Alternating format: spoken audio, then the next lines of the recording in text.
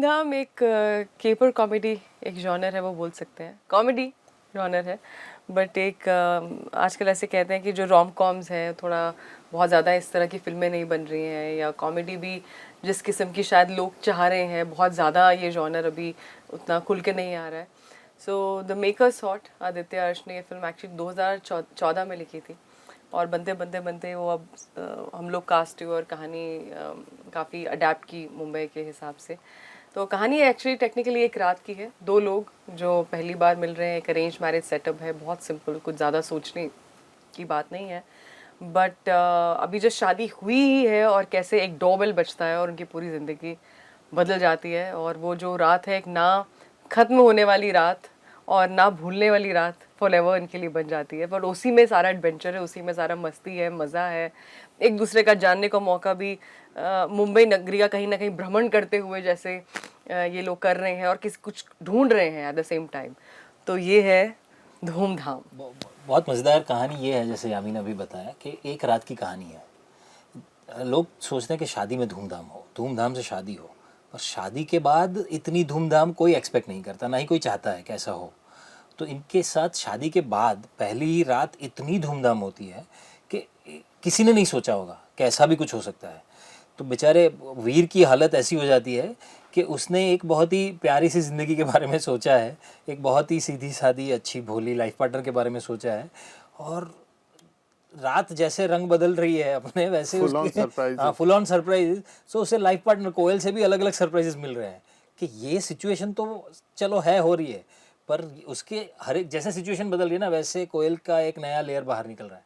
तो वीर के लिए तो डबल शॉक हो रहा है ये, और जितना शॉक वीर को मिल रहा है उतना ही ऑडियंस को और मज़ा भी आ रहा है।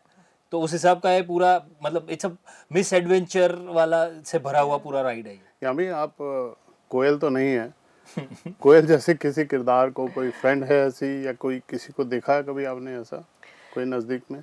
कोयल एक मुझे लगता है कहीं ना कहीं कई बार कोई किरदार ऐसे होते हैं जो मिश्रण होते हैं काफ़ी कैरेक्टर्स का। जैसे मुझे किसी ने पूछा कि ये मम्मी सिस्टर क्या, ये कहाँ से ये डायलॉग आया है, तो ये मैंने सजेस्ट किया था क्योंकि मेरी जो सिस्टर है सुरीली, बहुत उनका बिंदास मिजाज और बहुत खुशनुमा और बिल्कुल लाइफ को कहते हैं ना सेलिब्रेट करने वाली उनकी स्पिरिट है, और वो भी गाली गलौज नहीं करती। पर जब कोई बहुत, मैंने सुना था कॉलेज डेज में किसी के बारे में, किसी से लड़ाई हो गई हो जो बहुत एक्सट्रीम इमोशन हो, फॉर ओनली फॉर फ्रेंड्स, तो बोलती थी मम्मी सिस्टर, मतलब कस वर्ड यूज किए बिना पर इमोशन वही। तो मुझे बहुत फैसिनेटिंग लगा था कि, और हंसी आई थी जिस तरीके से उन्होंने बोला था, तो मुझे वो याद रह गया। मैंने कहा यहाँ, क्योंकि हम फिल्म में अगर गाली भी कोयल दे रही है पर आपको कभी सुनाई नहीं देगी, कब कहीं भी अगर ये फिल्म थिएट्रिकल भी होती कहीं हमें बीप नहीं डालना पड़ता, वो एनीवेज जो भी बोल रही हैं उस पर म्यूजिक है, राइट, और कॉमेडी इनके रिएक्शन में है।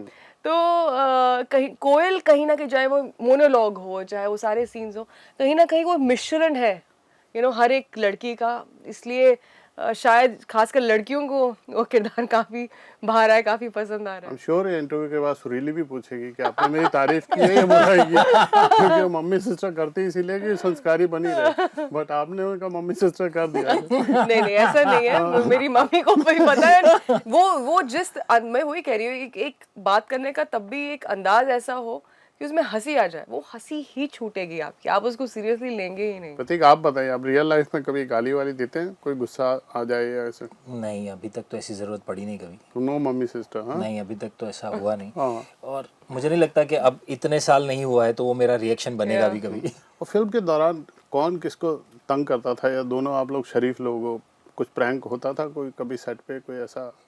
प्रैंक तो ऐसा कुछ नाइट शूट हुआ नहीं अपने है। आप में बहुत बड़ा प्रैंक है ये नाइट शूट। आपको लगता है अरे नाइट शूट, हाँ कोई बात नहीं, इतने बजे डिनर हो जाएगा, इतने बजे उसके बाद ऑल सेट, और हम एक्टिव रहेंगे, और ऑफ कोर्स एक आधी चाय पी लेंगे, बस बाकी तो और कोई प्रॉब्लम नहीं है। तो शूट करने में प्रॉब्लम नहीं है नाइट शूट में, जो शॉट्स के बीच में जो सेटिंग होती है ना, वहां पर खासकर जब 3 बजते हैं, 4 बज जाते हैं, 2 बजे से शुरू होता है वो टाइम, 2 से 5 का टाइम ऐसा है ना कि किसी भी आदमी को नींद आ जाए, तो उस टाइम पे खुद को जगाए रखना, उतनी एनर्जी के साथ दूसरे शॉट के लिए रेडी रहना वो सबसे डिफिकल्ट होता था। इसमें कॉमेडी भी, एक्शन भी है, यहाँ से वहाँ भाग रहे हैं, कभी स्टेशन में भाग रहे हैं, कभी मेट्रो में भाग रहे हैं, कभी हमारे एक हम अंडर कंस्ट्रक्शन 7 माला की बिल्डिंग पे हम ऊपर नीचे कर रहे हैं। So we have only been running in this film, तो हम अफोर्ड भी नहीं कर सकते थे कि वो एनर्जी कहीं भी ड्रॉप हो।